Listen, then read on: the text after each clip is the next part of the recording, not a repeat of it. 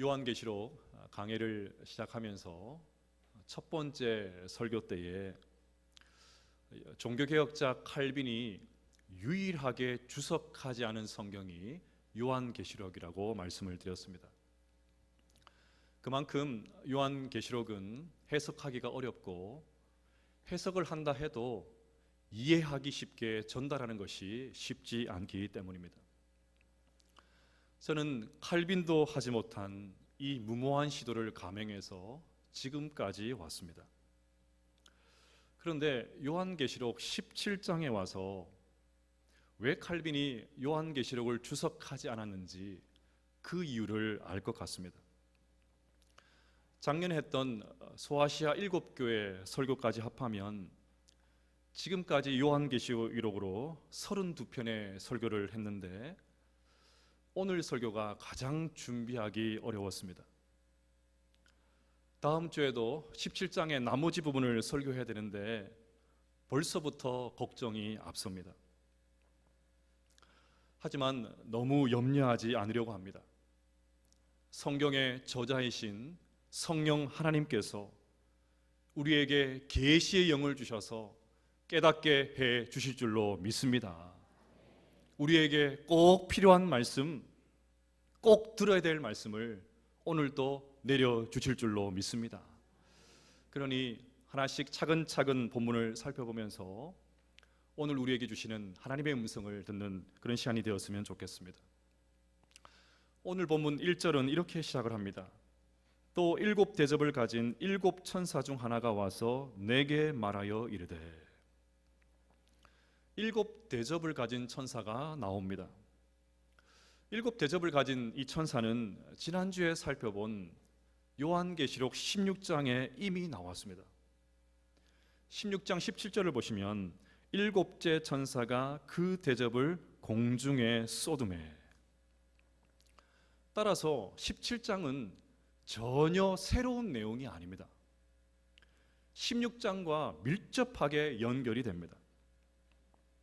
지난주에 7 대접 심판을 제외하고 6째 대접 심판만 살펴보았습니다. 그런데 성도님들 중에 아무도 저에게 목사님 왜 7 대접 심판은 설교하지 않으십니까? 묻는 분이 한 분도 안 계셨습니다.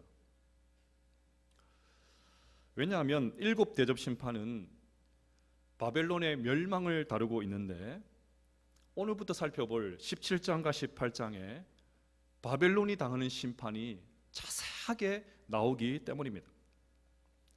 16장에서는 그냥 바벨론이 망한다 선언만 했습니다.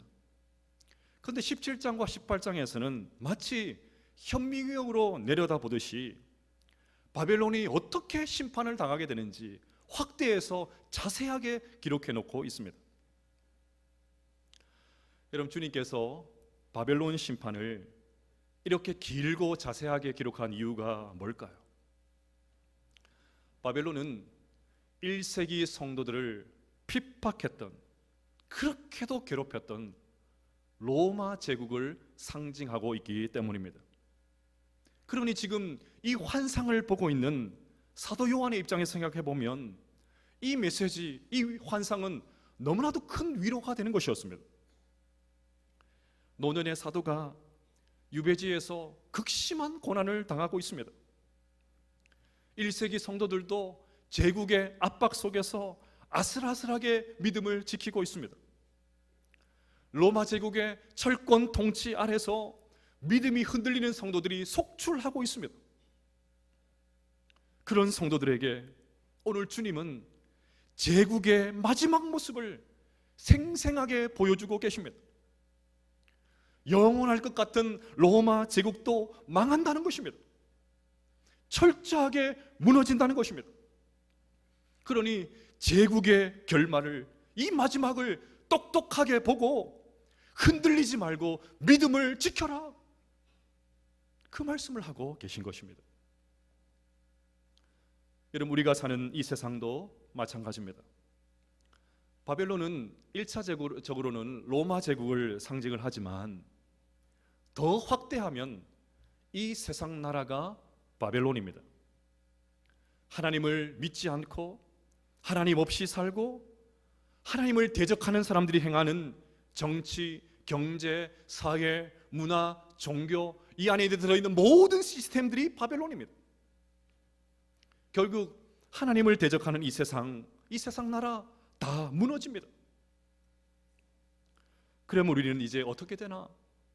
덜컥 겁이 나십니까? 어떻게 해서든지 잘 살아보려고 아둥바둥 모은 내 재산들은 또 어떻게 되나? 염려가 되십니까? 걱정하지 마십시오. 세상 나라는 사라져도 영원한 새 예루살렘, 새 하늘과 새 땅이 준비되어 있습니다. 그것이 20장부터 나옵니다. 그러니 주님은 이제 요한계시록의 클라이막스로 가기 전에 기막힌 대조를 보여주고 계십니다. 세상 나라는 무너지지만 내 나라는 영원할 것이다. 영원할 것 같은 이 세상은 사라지지만 천국은 견고해. 너희들이 장차 들어가게 될 그 새 하늘과 새 땅, 그 천국은 견고해. 흔들리지 않아. 기막힌 대조를 보여주고 계십니다. 여러분, 세상 나라는 늘 큰 것을 자랑합니다. 그래서 계시록에서는 바벨론을 항상 큰 성 바벨론이다 그렇게 말합니다. 그래서 큰 것을 자랑하면서 영원할 것처럼 교만을 떨고 있는 이 바벨론을 주님께서 그대로 대받아치십니다. 큰 것을 자랑하는 세상이 아무리 삐까뻔쩍하고 좋아 보여도 결국 다 무너진다는 것입니다. 하지만 지금 보기에 너무나도 초라해 보이는 이 교회는 영원할 것이며 너희들이 장차 들어가게 될 천국은 견고할 것이며 내 나라는 영원토록 흔들리지 않을 것이라고 주님께서 그 말씀을 해주고 계십니다. 사랑하는 여러분, 이 하늘 소망, 마지막 승리를 확신할 수 있는 우리 모두가 될 수 있기를 주님의 이름으로 축복합니다. 자, 그럼 이제 본문을 조금 더 살펴보겠습니다. 1절을 함께 읽어봅시다. 시작. 또 7 대접을 가진 7 천사 중 하나가 와서 내게 말하여 이르되 이리로 오라. 많은 물 위에 앉은 큰 음녀가 받을 심판을 내게 보이리라. 여기에 음녀가 나옵니다. 오늘 본문에서는 이 음녀의 정체를 밝히는 것이 중요합니다. 이 음녀가 뭘까요?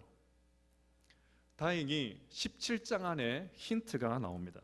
5절을 보시면 그의 이마에 이름이 기록되었으니 비밀이라 큰 바벨론이라 땅의 음녀들과 가증한 것들의 엄이라 하였더라. 또 18절을 보시면 또 내가 본 그 여자는 땅의 왕들을 다스리는 큰 성이라 하더라. 따라서 음녀는 큰 성 바벨론, 즉 로마 제국, 이 세상 나라를 의미합니다. 그러면 왜 바벨론을 음녀라고 했는지 그 이유가 궁금합니다. 궁금하시죠? 궁금하십니까? 궁금하셔야 됩니다.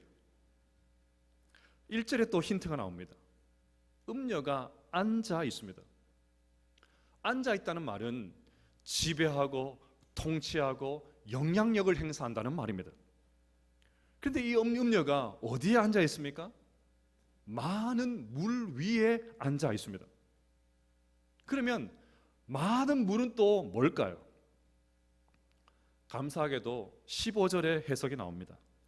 또 천사가 내게 말하되 내가 본 바 음녀가 앉아 있는 물은 백성과 무리와 열국과 방언들이니라. 많은 물은 세상 나라입니다. 따라서 음녀가 물 위에 앉아 있다는 것은 음녀가 세상을 향해서 강력한 힘을 행사하고 있다는 말입니다. 그러면 이제 바벨론을 음녀라고 표현한 이유를 알 것 같습니다. 음녀가 사람들을 유혹해서 취하게 만들어서 더럽히는 것처럼 이 로마 제국이 온 세상을 향해서 강력한 힘을 행사해서 사람들을 우상 숭배에 빠지게 한다는 것입니다. 실제로 당시의 로마는 모든 사람들이 동경하는 아주 매력적인 도시였습니다. 예술, 문화, 상업들을 중심으로 사람들을 유혹해서 사람들이 하나님이 아닌 황제를 숭배하도록 그렇게 만들었습니다. 그래서 음료로 상징되는 이 로마 제국의 영향력이 얼마나 강력한지 2절에 이렇게 기록합니다.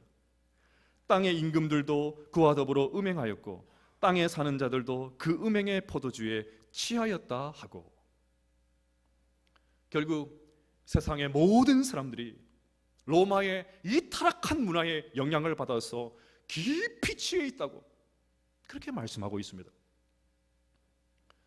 지금 우리가 사는 이 세상도 별반 다르지 않습니다. 이 세상도 1세기 로마와 너무 많이 닮아 있습니다. 그래서 조엘 비키는 자신의 요한계시록 주석에서 이렇게 말했습니다. 음녀의 손으로부터 안전한 나라, 안전한 계급, 안전한 세대는 없다. 그녀의 의뢰인은 자본주의자, 공산주의자, 독재자, 대통령들, 부자와 가난한 자 할 것 없이 그 모두를 포함한다. 음녀의 흔적이 없는 데는 없다. 교회조차 그녀로부터 안전한 것은 아니다. 교회도 음녀의 유혹에서 안전하지 않습니다. 아니, 교회를 향한 음녀의 유혹은 더 노골적이고 더 거셉니다. 그래서 19세기에 활동했던 호레이스 보나르라는 목사님이 이렇게 말했습니다. 나는 교회를 찾았는데 그것을 세상 안에서 발견했다. 나는 세상을 찾았는데 그것을 교회 안에서 발견했다. 무슨 말입니까? 교회는 좀 다를 줄 알았는데 교회나 세상이나 별반 다르지 않았다는 것입니다. 19세기에 이런 말을 했다면 오늘날은 얼마나 더 하겠습니까? 여러분에게 한 가지 질문을 던지고 싶습니다. 여러분, 솔직하게 이 세상에서 믿음으로 사는 것이 쉽습니까? 어렵습니까? 어렵다고 하셔야 이 설교가 진행이 됩니다. 다시요. 이 땅에서 믿음으로 사는 것이 쉽습니까? 어렵습니까? 어렵지요. 너무너무 어렵습니다. 믿음으로 말씀대로 살고 들은 말씀대로 살아가는 건 너무나도 고통스럽습니다. 특히나 믿음으로 사업을 하고 장사를 하는 것은 대단히 어렵습니다. 뭔가 성과를 내고 시쳇말로 대박을 치려면 부정적인 방법을 사용을 해야 됩니다. 바르게 해서는 통하지를 않습니다. 뭐 신앙의 양심 뭐 이런 것들을 생각해서는 유지가 되지 않습니다. 상황이 이렇다 보니까 처음에는 뭐 대놓고 달려지지는 않지만 어느새 아예 그쪽으로 깊숙이 발을 드러낼 때가 얼마나 많은지 모릅니다. 저는 사업에서 성공하려면 수단과 방법을 가리지 않아야 된다는 것을 간접적으로 체험한 적이 있습니다. 제가 아는 한 분은 대기업을 상대로 25년 동안 큰 사업을 하고 계십니다. 처음에는 영세했는데 지금은 얼마나 돈을 많이 벌었는지 전국의 곳곳에 집입니다. 곳곳에 아파트, 곳곳에 상가, 얼마나 좋은 차를 타고 다니는지 막 의리의리합니다. 지난 추석 때도 잠시 배웠는데 그날도 사업에 여념이 없습니다. 지금은 번듯한 사장이 되었지만 처음에는 아무도 알아주지를 않습니다. 그러니 뭐 어떻게 해서든지 입찰을 따내려고 막 고군분투합니다. 지금은 많이 좋아지고 깨끗해졌지만 20년 전만 해도 어디 그렇습니까? 입찰 전에도 접대, 설령 계약을 따내어도 또 접대, 담당자 접대하다가 볼장 다 봅니다. 단란주점, 여자, 골프, 이것은 뭐 정해진 정규 코스였습니다. 제가 전역을 하고 복학하기 전에 몇 달 동안 거기서 알바를 했기 때문에 생생하게 그 광경을 지켜봤습니다. 물론 사업한다는 분들이 모두 이런 식으로 한다는 말은 아닙니다. 그만큼 믿음으로 산다는 것, 힘들다는 것을 말씀드린 것입니다. 이처럼 우리가 사는 이 세상도 음녀의 강력한 영향력, 음녀가 강력한 영향력을 행사하고 있습니다. 그래서 사도 요한은 이미 요한 1서에서 이 세상의 강력한 유혹을 이렇게 말했습니다. 이는 세상에 있는 모든 것이 육신의 정욕과 안목의 정욕과 이성의 자랑이니 다 아버지께로부터 온 것이 아니요 세상으로부터 온 것이라. 세상은 더 많이 갖고 더 좋은 것을 가지기 위해서 수단과 방법을 가리지 말라고 소리치고 있습니다. 남들한테 범직하게 보이도록 그럴듯하게 보이는데 돈을 아끼지 말라고 투자하라고 합니다. 조금만 잘 살아도, 조금만 남들보다 더 가져도 자식들이 출세하기라도 하면 왜 가만히 있냐고, 자랑하라고 허세 부리라고 뽐쩍 내라고 왜 가만히 있냐고 끊임없이 소리칩니다. 여러분, 이 음녀의 바벨론의 세상에서 우리는 어떻게 살아야 할까요? 세상은 원래 그런 것이니까 어쩔 수 없다고 늘 핑계대면서 자기 합리화하면서 그렇게 살아야 될까요? 아닙니다. 우리는 결코 세상 사람들과 같이 살아갈 수가 없습니다. 성도는 세상과 다르게 살아야 됩니다. 왜냐하면 우리 안에 성령님이 계시기 때문입니다. 우리는 음녀가 아닌 성령 하나님의 인도하심을, 성령 하나님의 통치를 받는 하나님의 사람들이기 때문입니다. 그래서 사도 요한은 요한 1서 2장 15절에서 이렇게 말합니다. 이 세상이나 세상에 있는 것들을 사랑하지 말라. 또 요한 1서 5장 4절에서 말합니다. 무릇 하나님께로부터 난 자마다 세상을 이기느니라. 세상을 이기는 승리는 이것이니 우리의 믿음이니라. 사랑하는 여러분, 주님께서 다시 오실 날이 가까울수록 이 거대한 바벨론, 음녀가 주는 달콤한 유혹이 더 거세질 것입니다. 이러한 때에 우리 모두가 오직 믿음으로 음녀의 유혹을 이겨낼 수 있기를 주님의 이름으로 축복합니다. 이제 3절을 보겠습니다. 3절을 보시면 음녀의 정체를 알 수 있는 아주 구체적인 단서가 나옵니다. 곧 성령으로 나를 데리고 광야로 가니라. 내가 보니 여자가 붉은빛 짐승을 탔는데 그 짐승의 몸에 하나님을 모독하는 이름들이 가득하고 7머리와 10뿔이 있으며. 음녀가 붉은색 짐승을 타고 있습니다. 짐승의 몸에는 하나님을 모독하는 이름들이 가득하고 7개의 머리와 10개의 뿔이 있습니다. 여러분, 이 짐승을 어디서 많이 보았지 않습니까? 12장에서 봤죠. 12장에서 교회를 상징하는 여자를 박해한 것이 붉은 용이었습니다.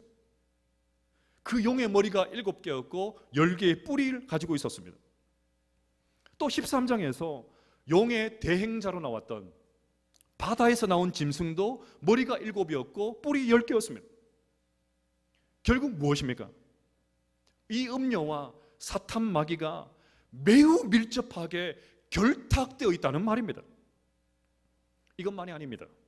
4절을 보시면 그 여자는 자줏빛과 붉은빛 옷을 입고 금과 보석과 진주로 꾸미고 손에 금잔을 가졌는데 가증한 물건과 그의 음행에 더러운 것들이 가득하더라.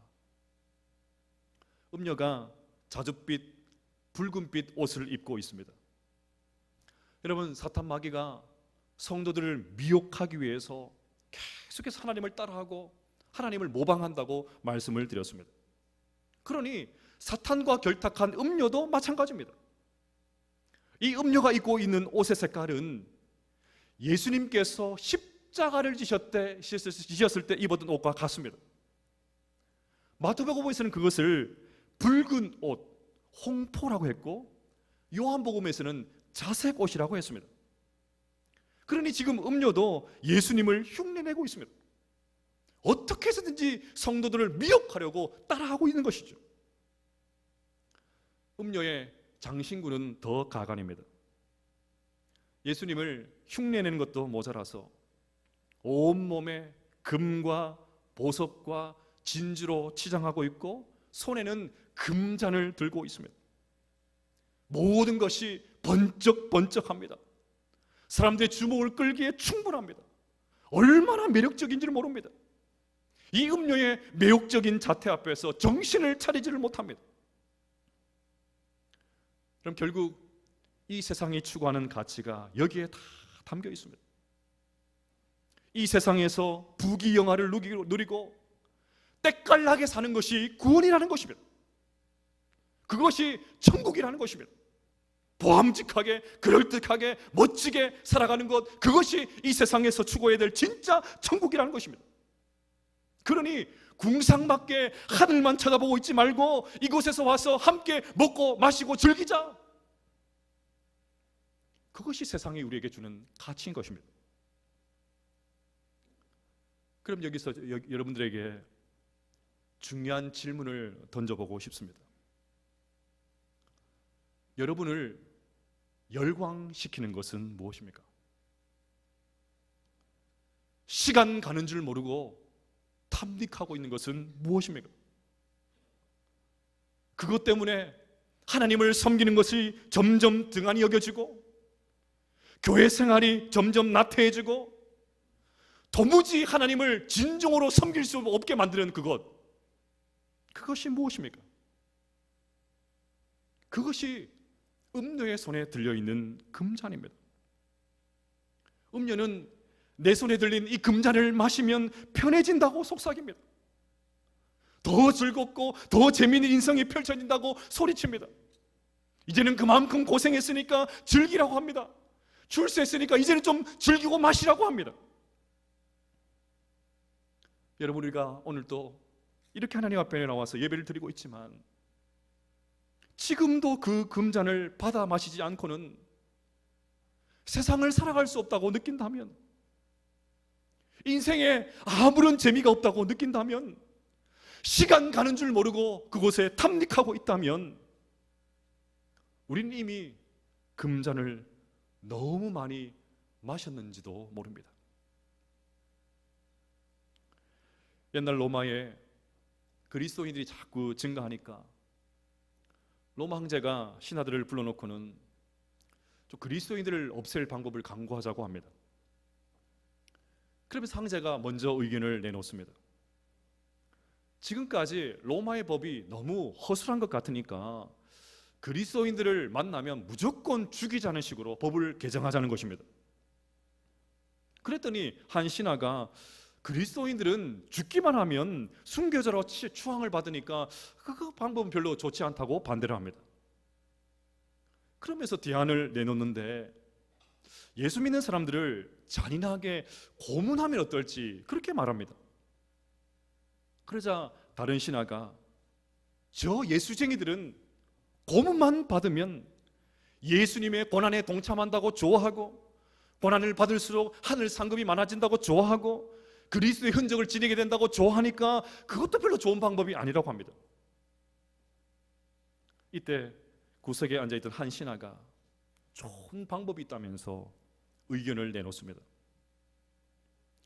그들을 편안하게 놀 수 있도록 환경만 마련해 놓으면 된다는 것입니다. 그러면 기독교는 힘을 발휘하지 못한다는 것입니다. 편안하게 두기만 하면 됩니다. 이 세상이 끝인 줄 알고 편안하게 두기만 하면 됩니다. 사랑하는 여러분, 여러분을 편안하게 만드는 것이 무엇입니까? 열광하는 것 무엇입니까? 여러분의 마음을 온통 빼앗아가는 그것 무엇입니까?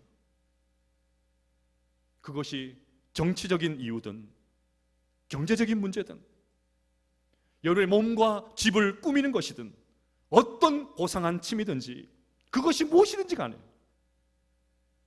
우상의 자리에 놓여있진 않은지 하나님의 자리에 놓여있진 않은지 점점 세상에 빠져가게 만들고 하나님 앞에 점점 멀어지게 만드는 것은 아닌지 심각하게 돌아보셔야 합니다. 온통 마음을 빼앗겨서 그것만 한다고 시간 가는 줄 모르고 탐닉하고 있지는 않은지 이 아침에 우리 자신의 모습을 돌아보셔야 됩니다. 그리하여 음료가 건네주는 이 화려한 금잔에 마음을 빼앗기지 말고 이 마지막 시대에 거룩한 주님의 신부로 살아갈 수 있는 우리 모두가 될 수 있기를 주님의 이름으로 축복합니다. 이제 마지막 6절을 보겠습니다. 같이 한번 읽어볼까요? 시작. 또 내가 보매 이 여자가 성도들의 피와 예수의 증인들의 피에 취한지라 내가 그 여자를 보고 놀랍게 여기고 크게 놀랍게 여기니. 음녀가 성도들과 예수의 증인들의 피를 마시고는 취해 있다고 합니다. 그래서 요한이 화들짝 놀랍니다. 그럴 수밖에 없지요. 1절을 보시면 틀림없이 많은 물 위에 앉은 큰 음녀가 받을 심판을 보여주겠다, 주님께서 그렇게 말씀하셨습니다. 그런데 여전히 음녀는 기세가 등등합니다. 성도들과 예수님의 증인들의 피를 얼마나 많이 마셨는지 취해 있습니다. 그러니 지금 음녀는 심판을 받는 모습이 아니지요. 주인 행세를 하고 있습니다. 그러니까 요한이 놀라고 있습니다. 하지만 여러분, 놀랄 필요가 없습니다. 다음 주에 이 음녀 바벨론이 당하게 될 심판, 그 처절한 심판 나옵니다. 요한은 놀라고 있지만 저는 이 모습을 보면서 오히려 도전을 받습니다. 음녀가 성도들과 예수의 증인들의 피를 많이 마시고는 취해 있습니다. 그러니 아마 음녀는 승리에 도취되었겠죠. 이놈의 예수쟁이들, 내가 본때를 보여줬어, 자신만만하게 했을 것입니다.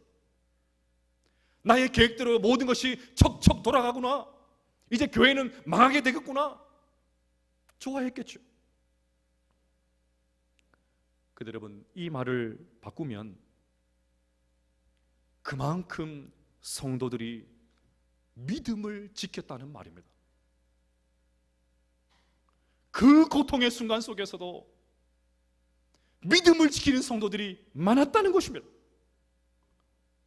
원형 경기장에서 야수에게 쭉 찢겨나가는 그런 고통을 당하면서도 끝까지 주님을 향한 믿음을 지켰다는 것입니다. 성도들이 찢겨나가는, 처절하게 죽어나가는 그 상황을 지켜보면서도 끝까지 믿음의 길을 걸어갔던 성도들이 많았다는 것입니다. 세상이 아무리 화려하게 그럴듯하게 유혹해도 그 세상의 유혹에 넘어가지 않고 믿음을 고수한 성도들이 많았다는 것입니다. 이게 너무나도 도전이 되었습니다. 이게 너무나도 큰 은혜가 되었습니다. 1세기 성도들이 그렇게 살았다는 것입니다. 설교 후에 오직 믿음으로 이 찬양을 부르려고 합니다. 가사가 이렇습니다. 세상 흔들리고 사람들은 변하여도 나는 주를 섬기리. 주님의 사랑은 영원히 변하지 않네. 나는 주를 신뢰해. 오직 믿음으로 내가 살리라. 오직 믿음으로 내가 살리라. 믿음 흔들리고 사람들 주를 떠나도 나는 주를 섬기리. 주님의 나라는 영원히 쇠하지 않네. 나는 주를 신뢰해. 오직 믿음으로 내가 살리라. 오직 믿음으로 내가 살리라. 사랑하는 여러분, 이 찬양의 가사를 마음판에 새기고 오직 믿음으로 살아갈 수 있기를 주님의 이름으로 축복합니다. 음녀 바벨론이 강요하는 세상의 방식이 아니라 믿음의 방식으로 세상과 다르게 살아가시기를 바랍니다. 시간 가는 줄 모르고 탐닉했던 세상의 모든 것들을 내려놓고 오직 주님의 거룩한 신부로 살아가시기를 바랍니다. 그리하여 1세기 성도들과 같이 기꺼이 피 흘리기를 감수하며 오직 믿음으로 살다가 영원한 천국에서 흔들리지 않는 저 나라에서 영생 복락을 누릴 수 있는 우리 모든 성도들 다 되시기를 주님의 이름으로 축복합니다.